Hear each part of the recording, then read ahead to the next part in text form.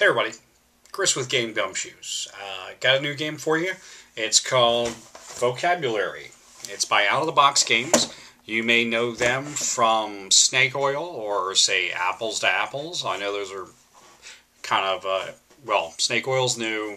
Apples to Apples is a standard just about everywhere.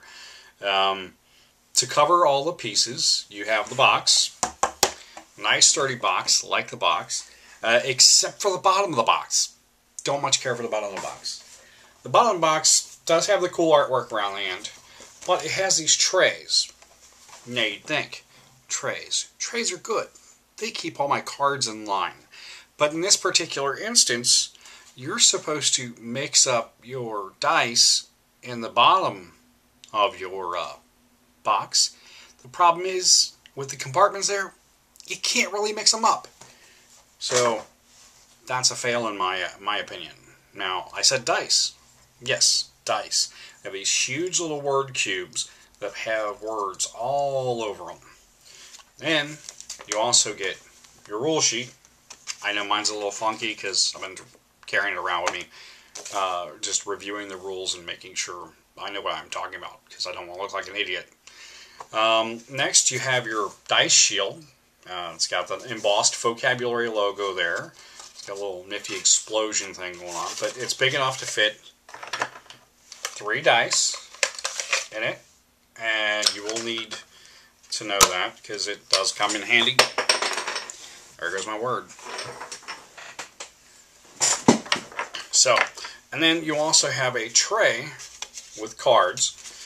Now the cards have both a red and a blue side. I don't know if there's a difference in difficulty.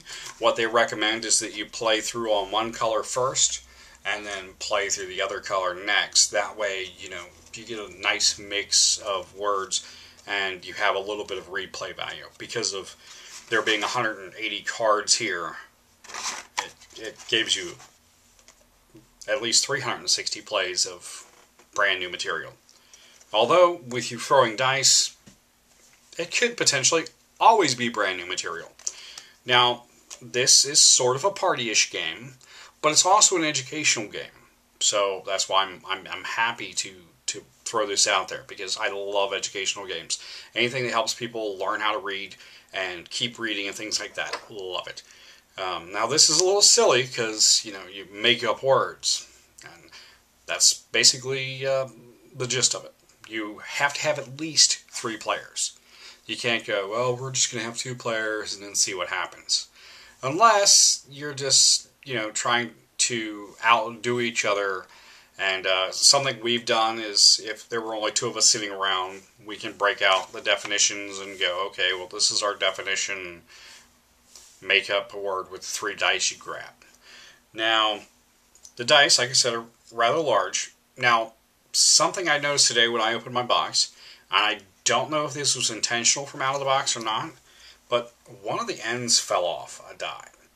Now, this would be really cool added feature, if it's meant to be an added feature, because all of them have that seam. So, I mean, if you wanted to mix up your dice ends to give you a slight variation on the dice you have, instead of constantly going, okay, I've got Meister on one of my dice, then that means I'm definitely going to have fried, or whatever. I mean, you could switch it out.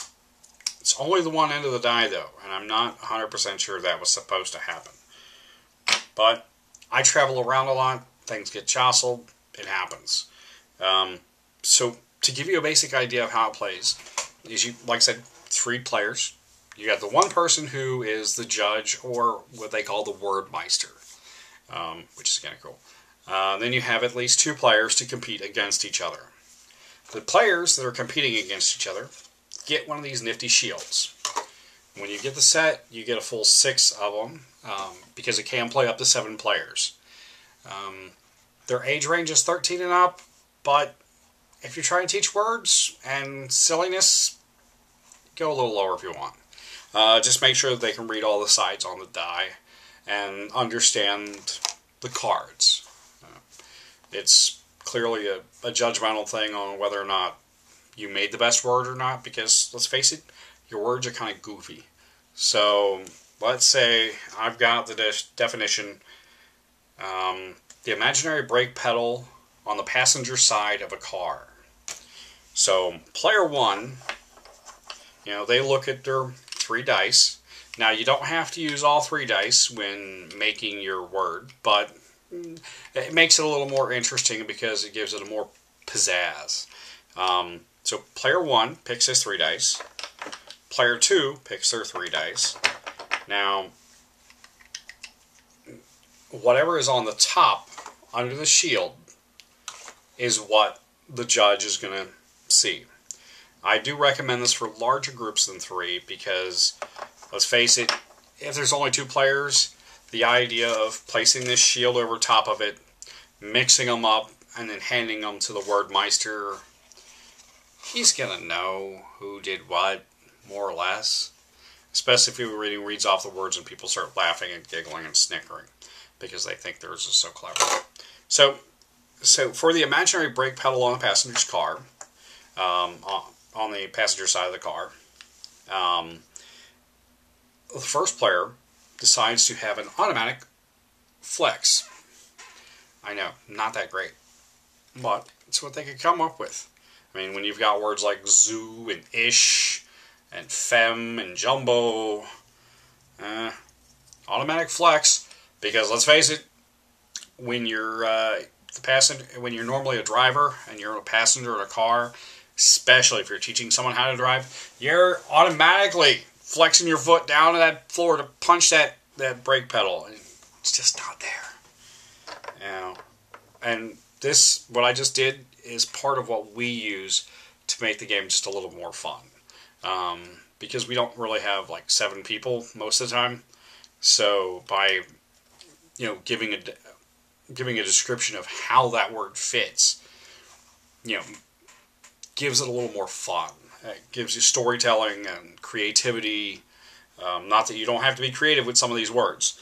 Like player 2, his word is the hyper flap boom. And the way this person would explain it is, hyper because you do it so fast. Flap because that's the sound your foot makes when it hits a thing, as well as the boom when the car stops.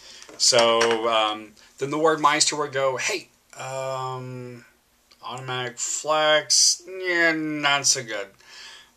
Hyper flap boom wins, they get the point. Usually to show who got what points, I go ahead and let them hang on to the card. I don't remember if there's an actual description on how you keep the track of the points. Now, the number of wins to win the game is all dependent on how many players you have. If you have 7 players, it's 3. If you have 3 players, it's 7. So, that's Faux-Cabulary. Feel free to look it up, pick it up, play it. Like I said, it can be creative, fun, silly game. And I like it, and it does go around with me to various places we play. So, thank you for joining us, and happy gaming.